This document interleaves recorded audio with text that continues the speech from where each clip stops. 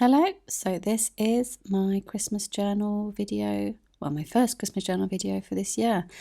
And I'm starting off by just showing you what happens on a year when I don't have time and I don't have stuff, which was what happened last year. So I'm going to start off with this very quick-ish flip through of what I've got for 2022.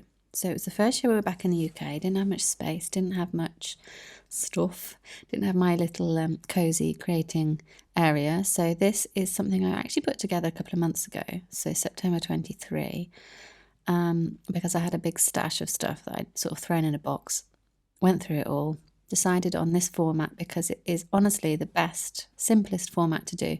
Just grab a binder, anything, with holes that you've got a hole punch that it works for that size, and just get a load of card. I just got some random offcuts left over from work, shoved them in, and then just stuck things down. And it's not intended to be a work of art. It is just to be a place where everything is all held in one place. Photos, bits and bobs, bits of advent calendar, drawings, what have you, all from Christmas 2022. And it's all where it needs to be. Yeah, and I'm totally happy with this because I know in the past I've done quite elaborate ones, and that just wasn't going to happen last year. But I'm actually glad I did it. I didn't actually think I would end up with any journal at all for 2022, to be honest. But obviously I kept the pieces and I had lots of photos, so it was all worth it in the end. Probably took me a couple of afternoons to put this together, to be honest. It didn't take very long at all. Yeah, so this is what I did last year. And I still like it. I don't really mind that it's not anything fancy and it's not junk journaly, and it's not, the cover is literally just a little A5 hardcover binder, with no decoration on it at all, but I'm totally fine with that, and I may cover it, but I probably won't. So that is what I did for last year. Really happy with that because it's done and archived. So this is just having me. I actually had a look through what I did previous years. I watched some of my own old videos.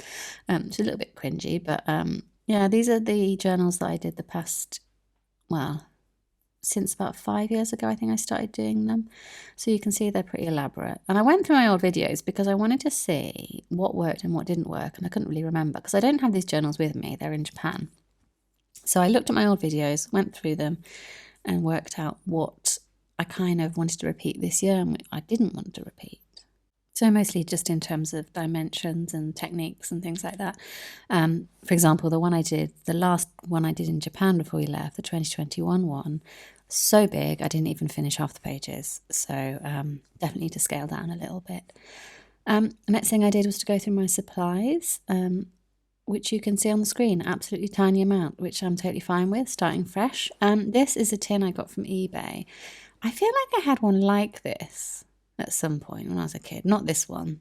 And when I ordered it, I thought it was quite small, and it's quite big, which is really good because I can fit loads of stuff in.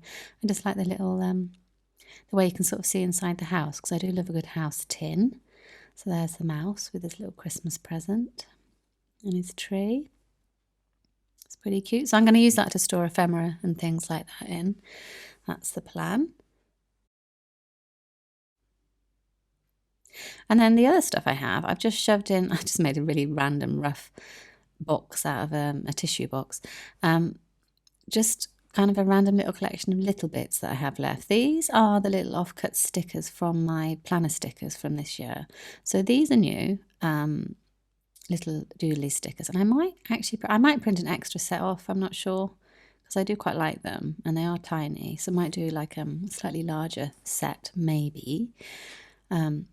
So those are waiting to go in whatever journal I do. I've got some washi tapes. These are washi tapes I bought in Japan before I left. God knows where they're from. Couldn't tell you. And just little cute ones. So I'll probably use some of those. In this little tin here, which is so dirty.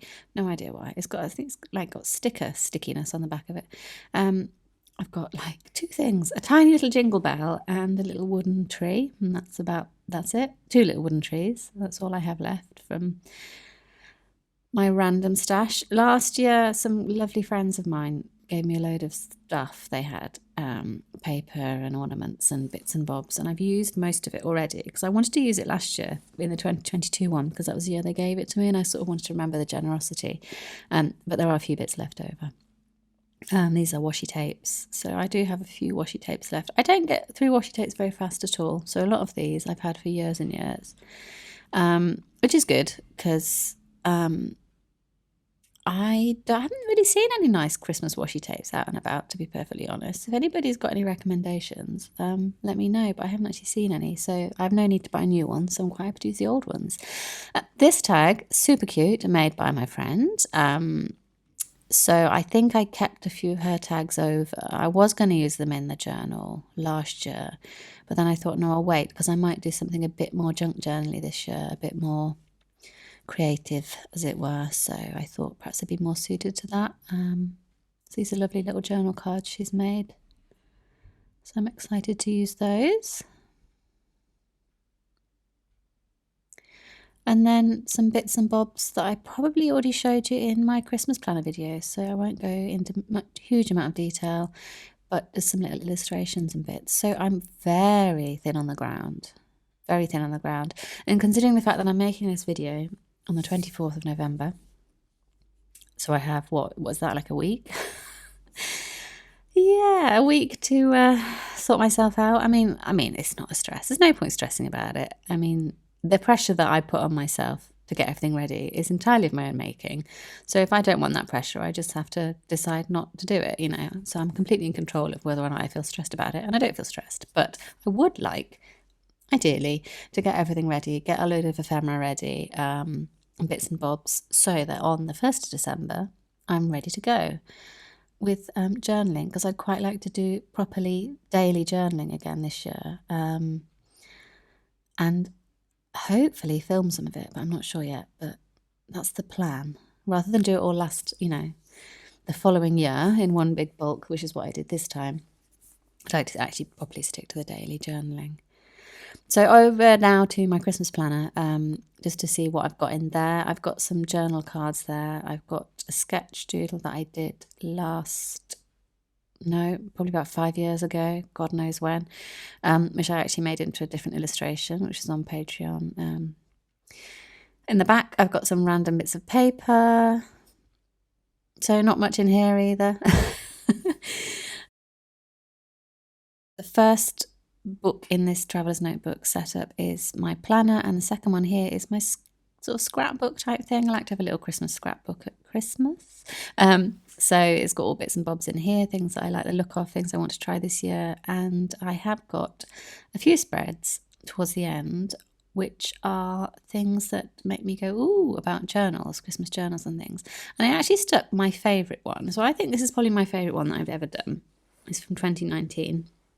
And it was when I upcycled a book. So I bought a book from a shop and I took all the insides out and rebound it. And that's probably my favourite one. These two pictures next to that, I just love the colours. Something about the colours, and that one at the bottom actually. The colours of those really, I don't know. They're not particularly traditional colours. There's a lot of like orange tones in there, but I really like them. Yeah, and you might recognise a few of these. I have just brazenly screenshot them from Instagram, so I do apologise if they're yours and you don't like me doing that. I'm sorry, but they're really lovely and I'm using them for inspiration, so you should be credited. I've left all the like names at the top so you can see who's made these gorgeous journals, and you can go and have a look at them on Instagram, so just pause if you'd like to go and check them out.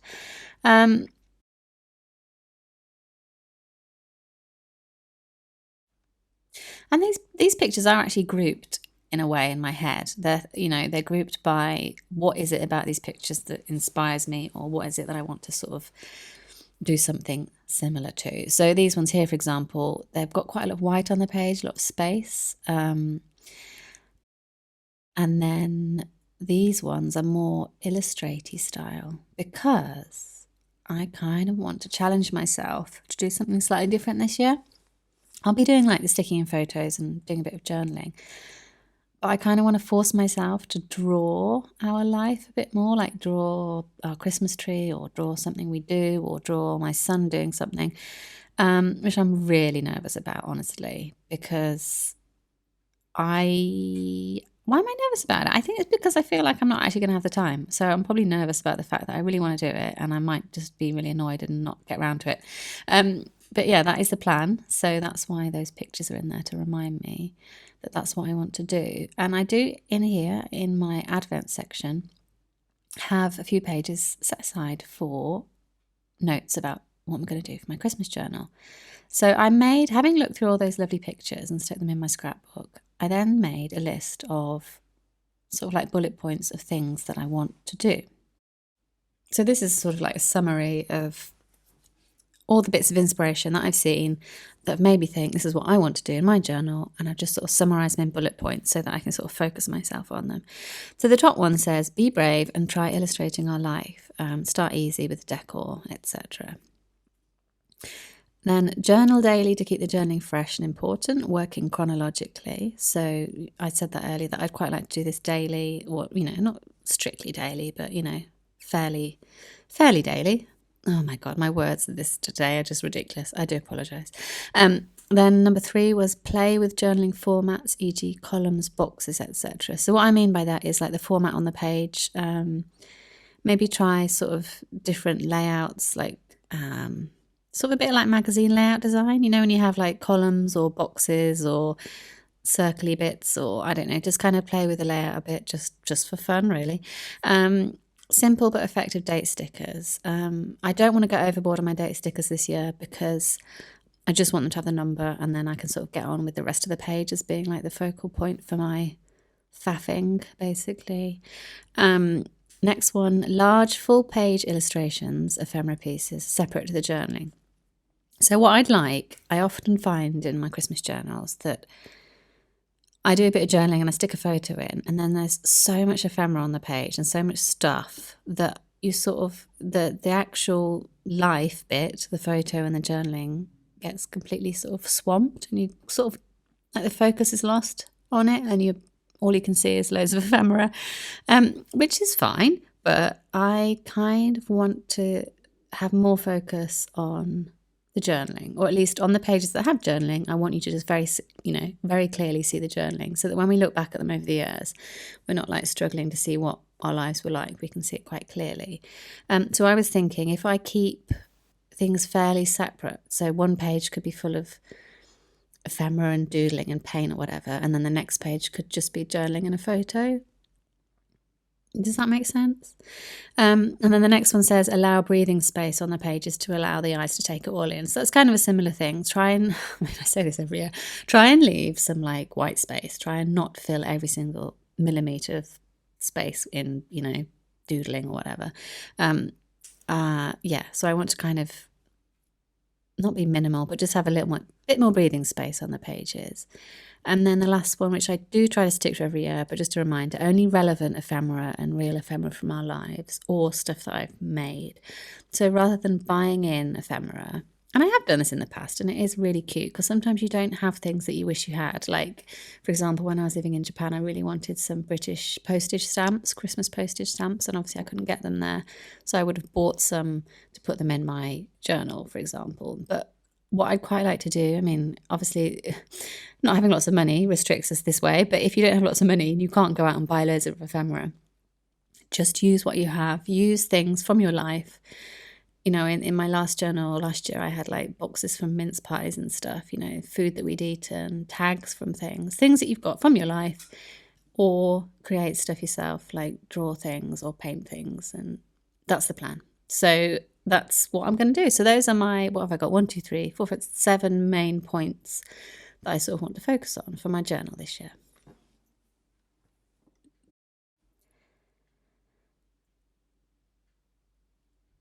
So having written down my little list of things I want to concentrate on, I had to start thinking about, okay, what am I actually going to do? What format am I going to do? And I happen to have on my bookshelf a sketchbook from years ago. I have no idea when I bought this sketchbook, probably when I was, I don't know, after uni sometime. And full of this paper. I'm not going to use it. I have realised over the years that I'm not a bound sketchbook kind of person. I do not like the pressure. I'm just terrible. If you get me a sketchbook that's all the pages are bound in, I'm just like, no, because you've got to put a masterpiece on every page, and how long is it going to take me to finish? And for some reason, the pressure of it just does my head in. So that's just me, and so there's no point in keeping this sketchbook bound as it is. So I take all the pages out. So I've removed as many as I can from this sketchbook. So it is good quality paper. Not, I don't know, it's like super, super amazing, but it is decent, probably mixed media paper, I would say. So I can use that if I'm going to be doing more drawing and painting and things like that. So that's really good. And it just so happens to be the exact size, perfect size, to go in my cover. So a lovely friend last year gave me this book, and I hope it was okay for me to cut it up. I'm kind of figuring that's why she gave it me, because she watches these videos. It's just basically exactly the right size, and it is red, and it has a little sort of gold detailing on the front and beautiful pages on the inside. Let me show you. So this absolutely gorgeous oak leaf pattern. So I'm going to be keeping those pages for sure.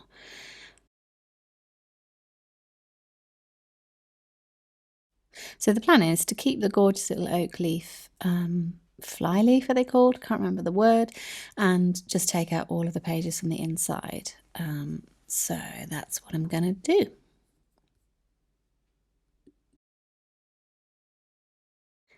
And in this way, I can then rebind those sketchbook pages back into the book. And I haven't decided how I'm going to do it. I'll do it at a later point, because I much prefer to work on loose leaf paper. Like I mentioned before, I don't really like doing drawings in bound books. I'd like to have just a single sheet on the desk in front of me to work on. So I will work on them as I go. And that means I can add in and take away pages as I go. And then when I finished all of them, I will then faff around, work out, make up some random way to get them back into the book. So yeah, that's the plan. So I'm really, really happy that I happen to have that sketchbook, and I happen to have that book cover ready to go. So that was very fortuitous. So in terms of the cover, I am removing most of the cover. I'm trying to peel off this bit with the title and everything, the Kilvert's Diary bit. So I've gone around the edge with a scalpel. I've kept the gold and black border because I thought that might be quite cute. And I'm just peeling off all of this like front picture, because I'm going to obviously replace it with something. And now I look at the book. Well, when I was looking at the book, I realised it's very, very blue-toned red. You can sort of see on the camera, actually. It's a very sort of cool red. I think it's a cool red, isn't it? A blue-toned red, yes. So considering the fact that I always like to do sort of a warm tone red for Christmas, I'm going to paint it. So I just grabbed a load of acrylic paint and mixed in some water with it, and I just went over the entire cover with the acrylic paint, just to sort of bring the tone warmer, because that's going to sort of go better with all of my ephemeron bits that I make and stick on it. So there you have it. That is the very beginnings of my Christmas journal process this year. Apologies, I'm doing this all later than normal. I do normally start this whole shebang, a whole lot earlier in the year, and then it means that if you want to sort of do it along with me, we can do it together in plenty of time. But I think I mentioned on an Instagram post the other day that I am just doing it a bit last minute this year, so it is going to be not quite so fancy, but that's fine. So if anybody else is making a journal also at the last minute, or even if you're super prepared and already done it, can you let me know? Because I'd love to see, because I am really frustrated with Instagram these days. You can't search, like if you search for something on Instagram, so say I search for Christmas journal, it will only show me the most popular posts. And I know this is something that Instagram's been done, it's been doing for a while now, but I hadn't really noticed because I've been away for a long time. You come back and you think, oh, well, look what everybody's doing. And you can't. You can only see what the very most popular people are doing. And it gets all of it samey after a while, and you don't get to see anything original or anything normal. It's all the very polished, fancy, popular stuff, which is really annoying because I'd love to see what everybody's doing, because we can all, we've all got something to share. We've all got something that's important to share, but for some reason Instagram thinks no, only the people that have lots of followers are worth showing. So that's annoying. That's my little mini Instagram rant, probably the first of many. So yeah, if you have got something that you've made and you've shared on Instagram, let me know. Just shove your handle down in the comments and we can all have a look, because I'd like to see. Yeah, let me know where you are with things, if you're going to do one this year or not. And I will be back hopefully very shortly with the next video, which is probably going to be me working out a colour palette maybe, or making ephemera, because that's the next step in the process, I think, probably. So I hope you enjoyed this video. Sorry if it was a bit waffly. I feel like I just talked a lot and didn't quite remember how to use words properly. I must be tired today. I have no idea. But yeah, hope you enjoyed it, and I will speak to you soon. Bye.